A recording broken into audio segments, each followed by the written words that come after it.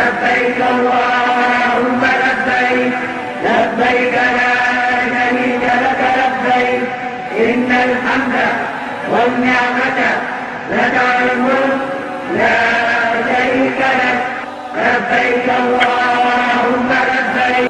بسم اللہ الرحمن الرحیم.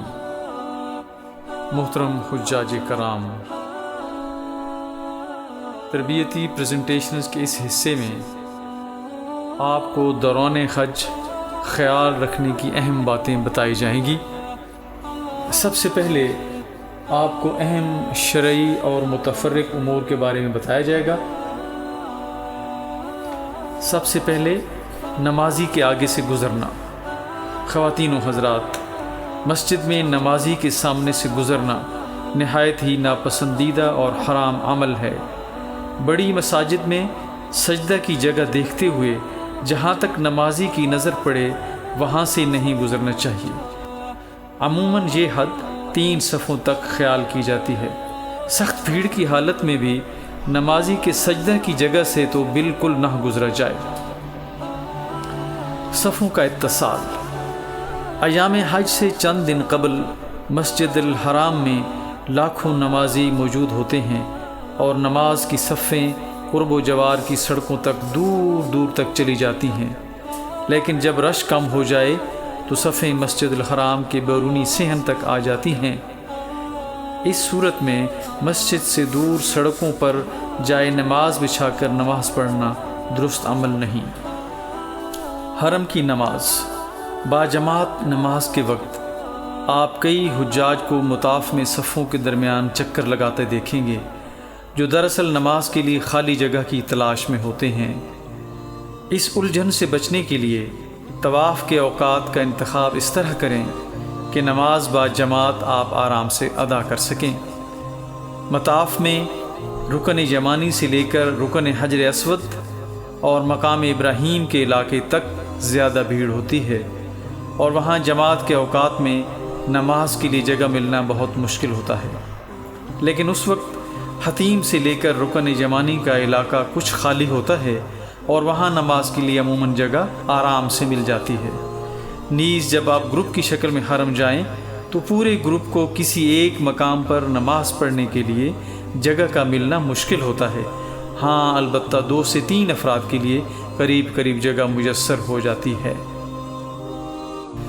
مینا میں نمازیں. اگر اپنے وطن یا مدینہ منورہ سے مکہ مکرمہ پہنچنے کے دن سے لے کر 8 ذی الحج کو مینا روانگی تک آپ کا قیام 15 دن سے زیادہ کا ہے تو آپ وہاں مقیم شمار ہوں گے. بصورت دیگر آپ مسافر ہوں گے.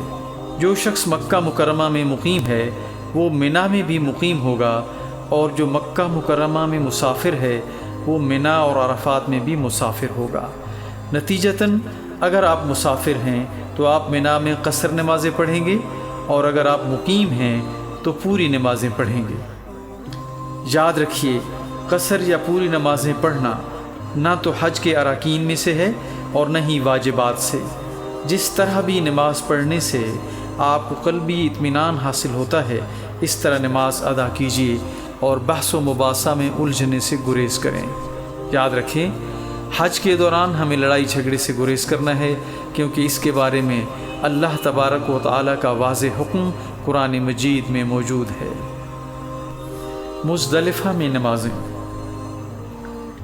مزدلفہ میں مغرب اور عشاء کی نمازیں عشاء کے وقت جمع کر کے ایک اذان اور ایک ہی اقامت کے ساتھ پڑھی جاتی ہیں. اس کی ترتیب یوں ہے کہ پہلے مغرب کے فرض، پھر عشاء کے فرض، اس کے بعد مغرب کی سنتیں اور آخر میں عشاء کی سنتیں اور وتر ادا کیے جاتے ہیں. صفائی کا خیال. نبی کریم صلی اللہ علیہ وآلہ وسلم کا ارشاد مبارک ہے کہ صفائی نصف ایمان ہے. لہٰذا دوران حج ہر مرحلے پر صفائی کا خیال رکھیں. پھلوں کے چھلکے، ریپرز اور خالی بوتلیں ہمیشہ کوڑا دان میں ڈالیں. جگہ جگہ تھوکنے سے پرہیز کریں. روزانہ 1-2 بار غسل ضرور کریں اور ہمیشہ صاف ستھرا لباس استعمال کریں. دوران حج پیش آنے والے خواتین کے چند استثنائی مسائل عرض کیے جاتے ہیں۔ اگر دوران حج خواتین کے خاص ایام آ جائیں تو وہ احرام باندھیں گی، عمرہ یا حج کی نیت کریں گی، لیکن احرام کے نوافل ادا نہیں کریں گی، تلبیہ پڑھیں گی، نمازیں نہیں پڑھیں گی، عمرہ کا طواف اور طواف زیارہ پاک ہونے تک مؤخر کریں گی، اور طواف وداع حیض و نفاس والی خواتین کو معاف ہے۔ خواتین منا، عرفات، مزدلفہ جا سکتی ہیں، لیکن وہاں بھی نمازیں نہیں پڑھیں گی۔ اسی طرح ان ایام میں خواتین رمی کر سکتی ہیں۔ اب کچھ اہم انتظامی امور کا تذکرہ کیا جاتا ہے۔ ٹرانسپورٹ سے متعلقہ مسائل۔ خواتین و حضرات، حج کے موسم میں مکہ مکرمہ اور مدینہ منورہ کی شاہراہوں پر ٹریفک کا ہجوم کافی حد تک بڑھ جاتا ہے، اور بسیں ایک سے دوسری جگہ پہنچنے میں کافی زیادہ وقت لیتی ہیں۔ لہٰذا جب بھی آپ کو ایک جگہ سے دوسری جگہ جانے کے لیے بسوں کے مہیا کرنے کا کوئی وقت دیا جائے گا، عموماً اس میں تاخیر ہو جائے گی۔ لہٰذا ایسی صورتحال میں صبر کا مظاہرہ کریں۔ ایام حج میں ہزاروں گاڑیاں ایک ہی مقام سے مشترک منزل کی طرف روانہ ہوتی ہیں، جس کی وجہ سے سڑکوں پر بے پناہ بھیڑ ہو جاتی ہے اور غیر متوقع تاخیر کا سامنا کرنا پڑ سکتا ہے۔ زیادہ تر بسیں صرف حج کے موسم میں چلتی ہیں اور باقی سارا سال کھڑی رہتی ہیں، لہٰذا انجن یا اے سی کی خرابی کے واقعات بھی پیش آ سکتے ہیں۔ حج کے موسم میں سعودی حکومت وقتی طور پر کئی پڑوسی ممالک سے ڈرائیورز کی بھرتی کرتی ہے۔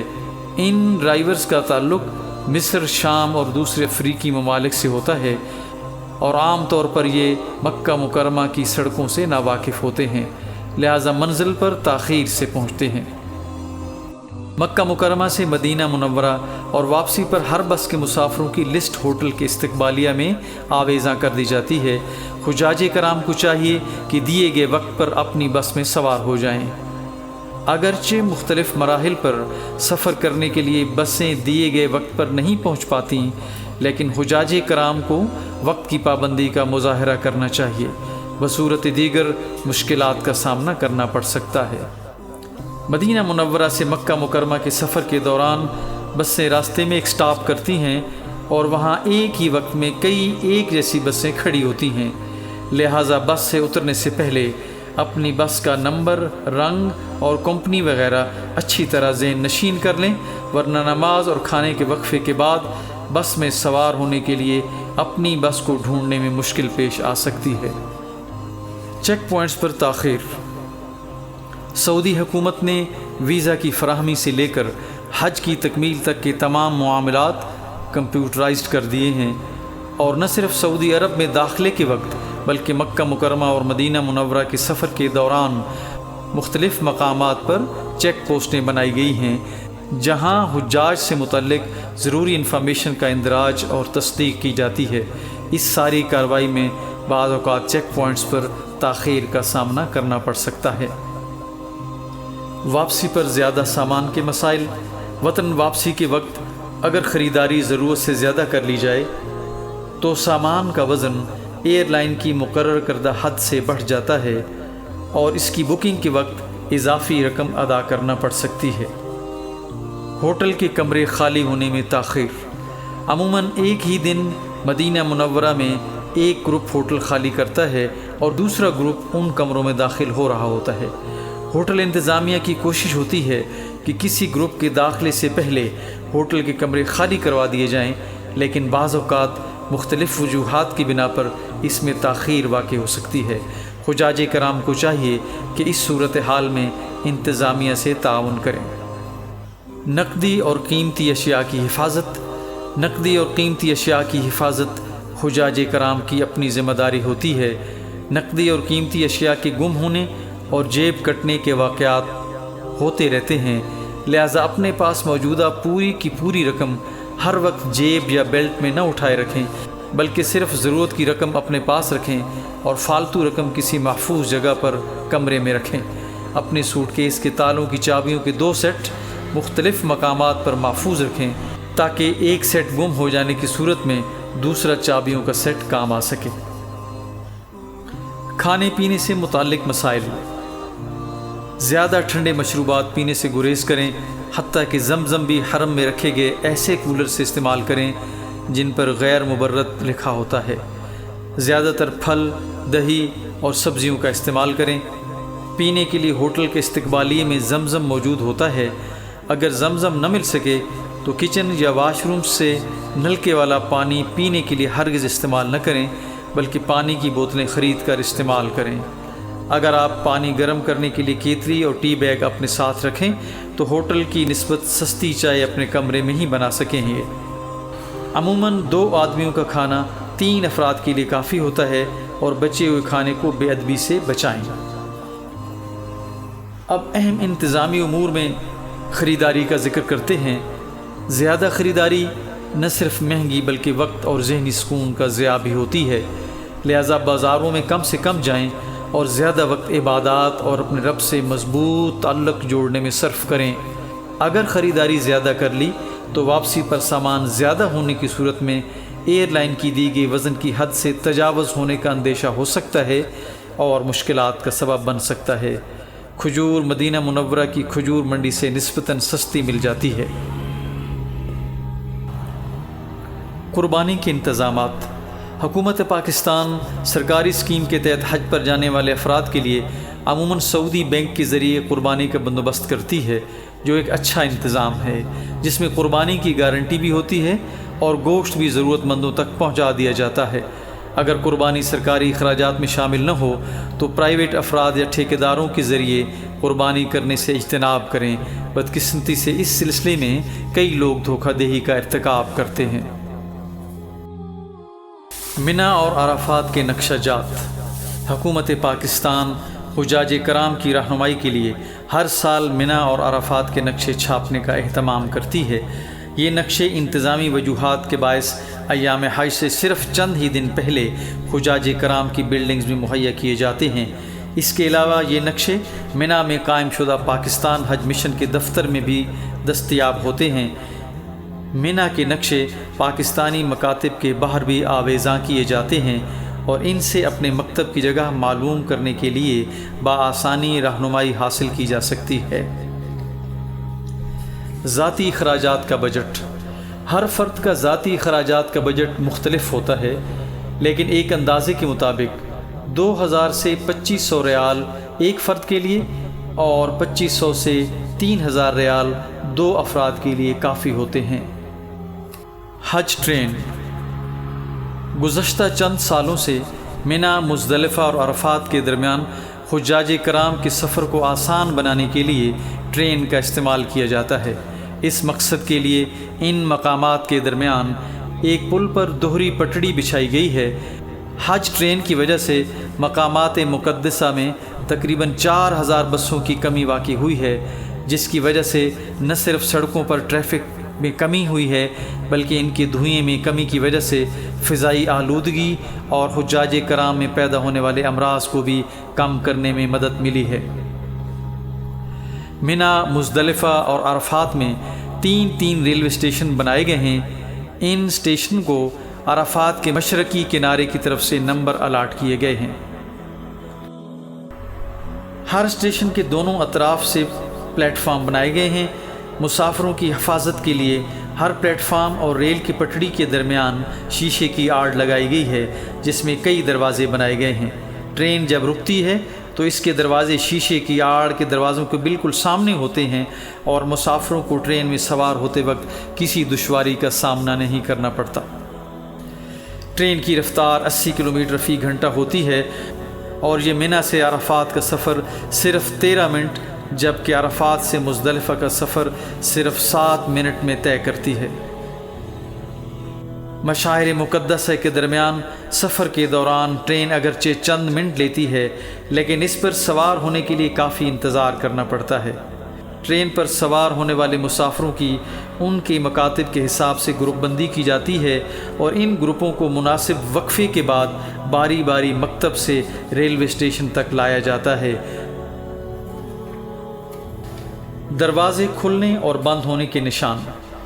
حرم کے بڑے دروازوں پر اگر سبز لائٹیں آن ہوں تو اس کا مطلب ہے مسجد الحرام میں جگہ موجود ہے اور آپ اندر جا سکتے ہیں، لیکن اگر ان دروازوں کے باہر سرخ لائٹ آن ہو تو اس کا مطلب ہے مسجد الحرام کے اندر مزید نمازیوں کی گنجائش نہیں ہے، لہٰذا اب آپ مسجد کے اندر جانے کی کوشش نہ کریں۔ مسجد الحرام میں کئی مقامات پر موجود گھڑیاں تصویر میں دکھائی گئی گھڑی کی شکل کی ہوتی ہیں اور ان پر اس دن کی نمازوں کے اوقات کی نشاندہی سرخ رنگ کی تحریر میں کی گئی ہوتی ہے۔ اگر آپ کے پاس کوئی فالتو سامان یا بیگ وغیرہ ہے تو مسجد الحرام میں داخل ہونے سے پہلے اسے محفوظ جگہ پر رکھیں، ورنہ صفائی کا عملہ اسے اٹھا لے گا۔ سامان محفوظ رکھنے کی جگہ باب عبدالعزیز کے باہر سیڑھیوں کے ساتھ بنائی گئی ہے۔ بصورت دیگر قیمتی سامان آپ اس مقصد کے لیے حرم کے باہر بنائے گئے لاکرز میں جمع کرا سکتے ہیں، اس کی معمولی فیس لی جاتی ہے۔ خواتین کے وضو خانے حرم کے باہر صحن میں بنائے گئے ہیں، ان میں مرد حضرات جانے سے گریز کریں۔ متحرک زینے یعنی حرکت کرتی ہوئی سیڑھیاں۔ مسجد حرام میں کئی جگہ پر پہلی اور دوسری منزل پر جانے کے لیے متحرک زینے یعنی بجلی سے چلنے والی آٹومیٹک سیڑھیاں لگائی گئی ہیں۔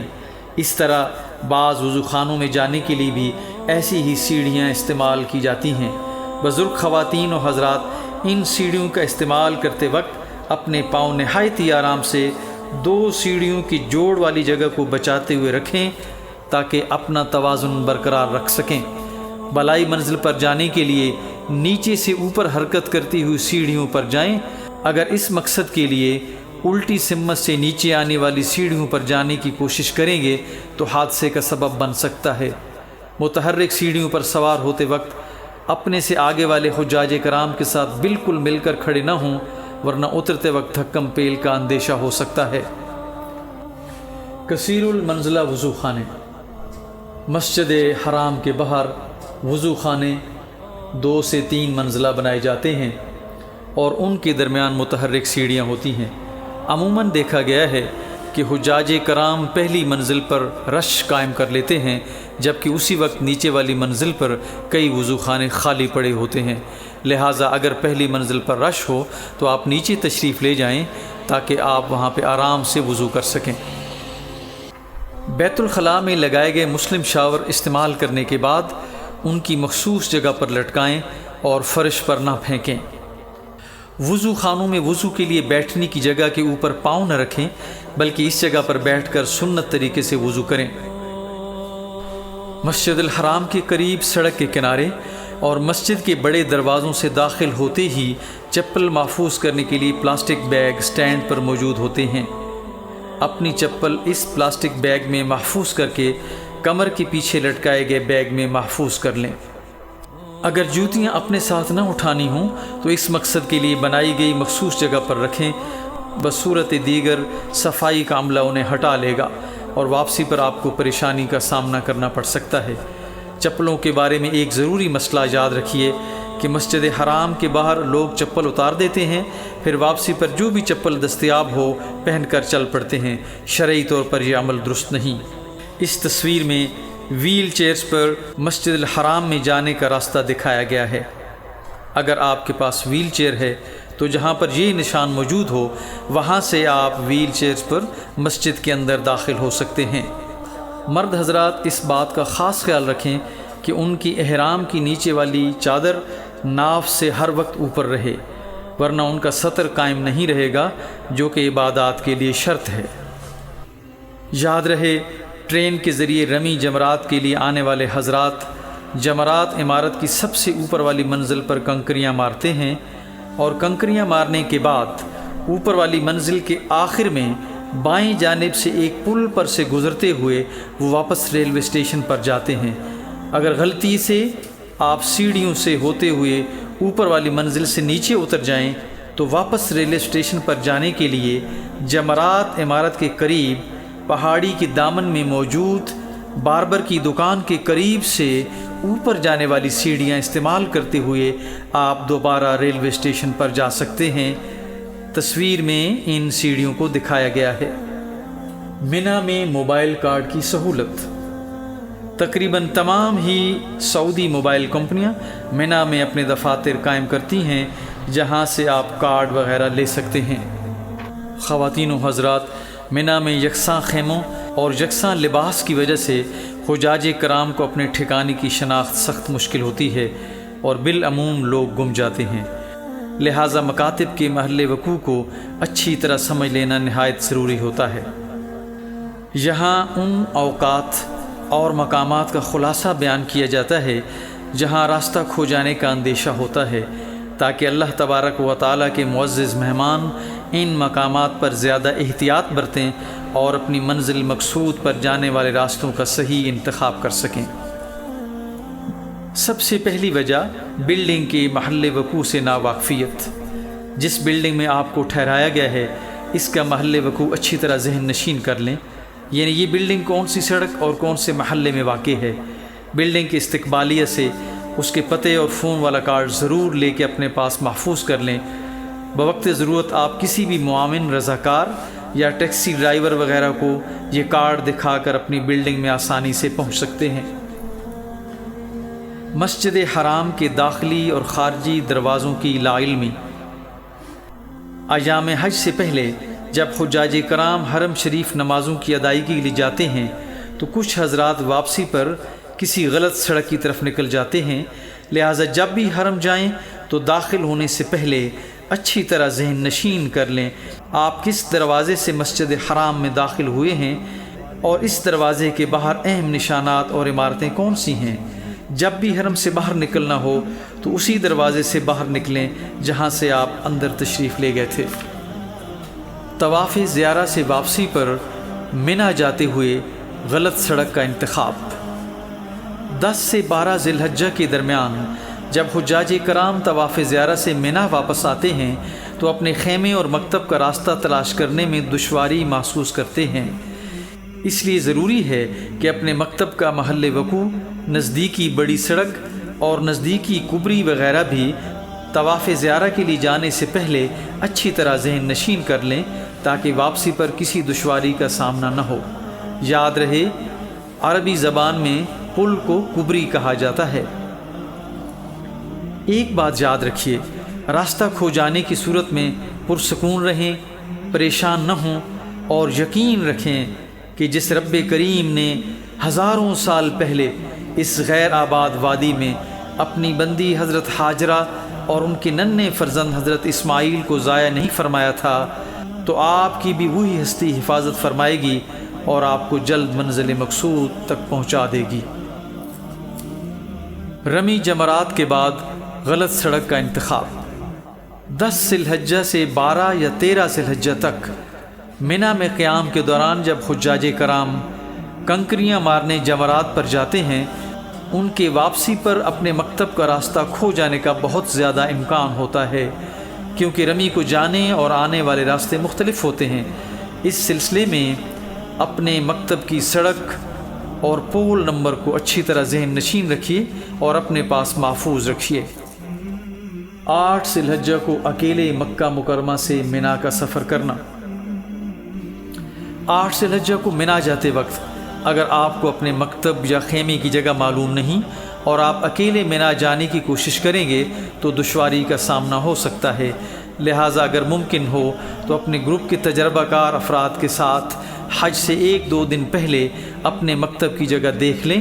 یہ اسی وقت ممکن ہوگا جب مکتب کے ذمہ داران کی طرف سے آپ کو منا اور عرفات میں مکتب کے محل وقوع اور پتے والا کارڈ مل جائے۔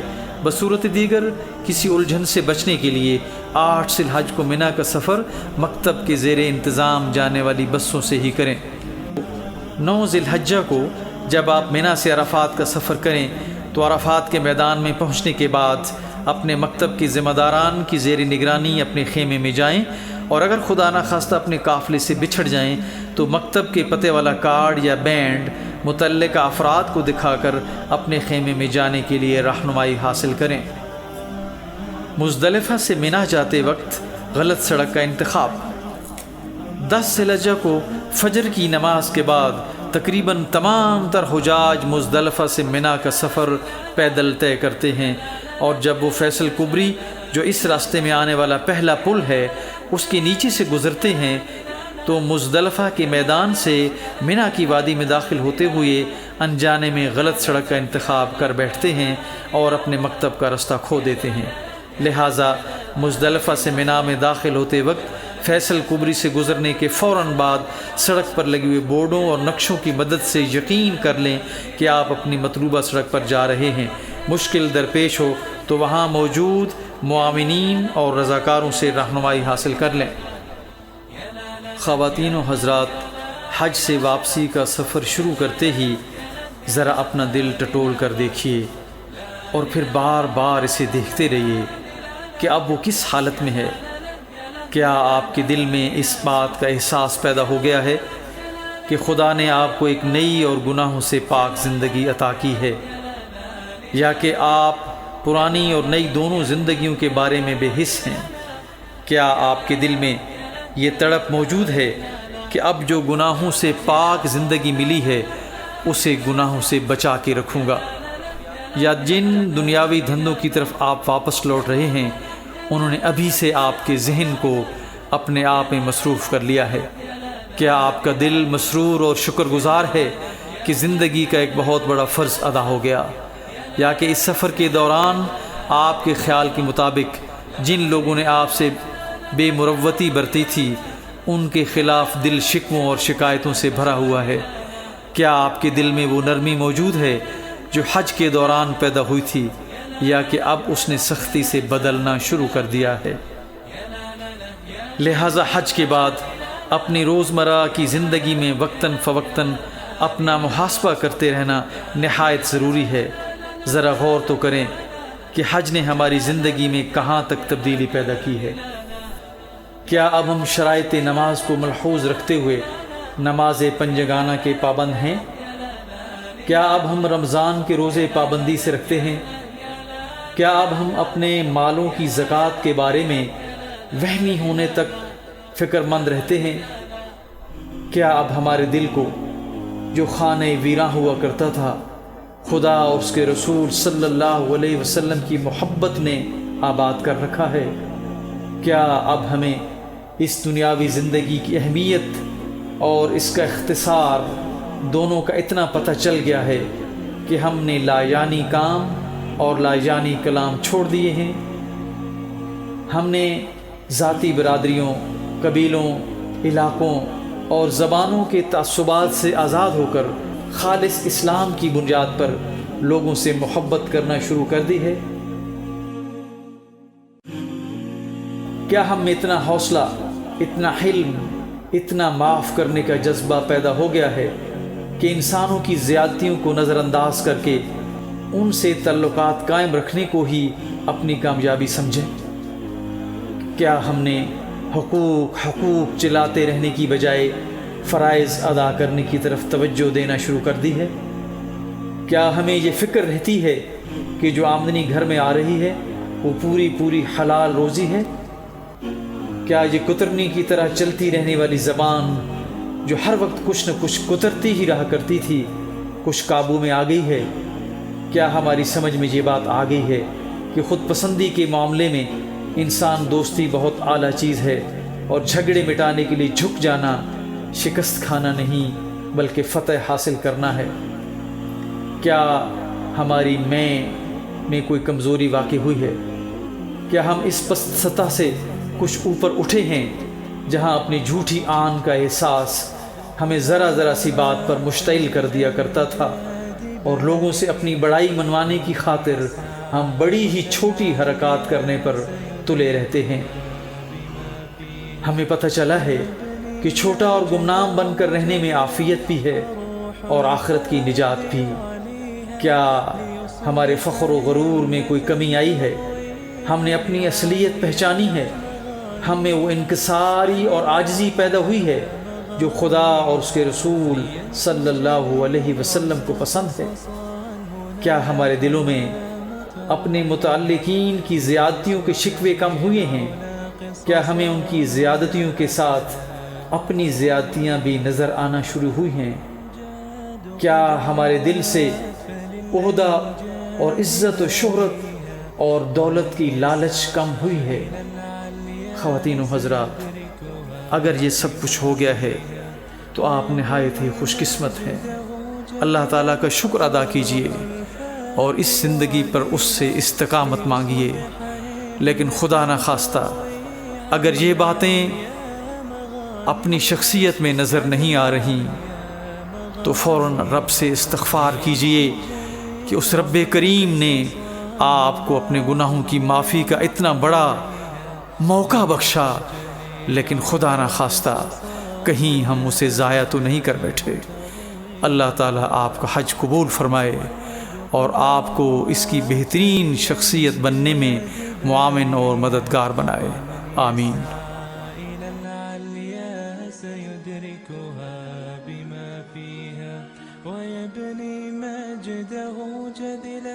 فروح الفذ يعليها ليصبح همة تروي عن العليا مغانيها، عن العليا مغانيها.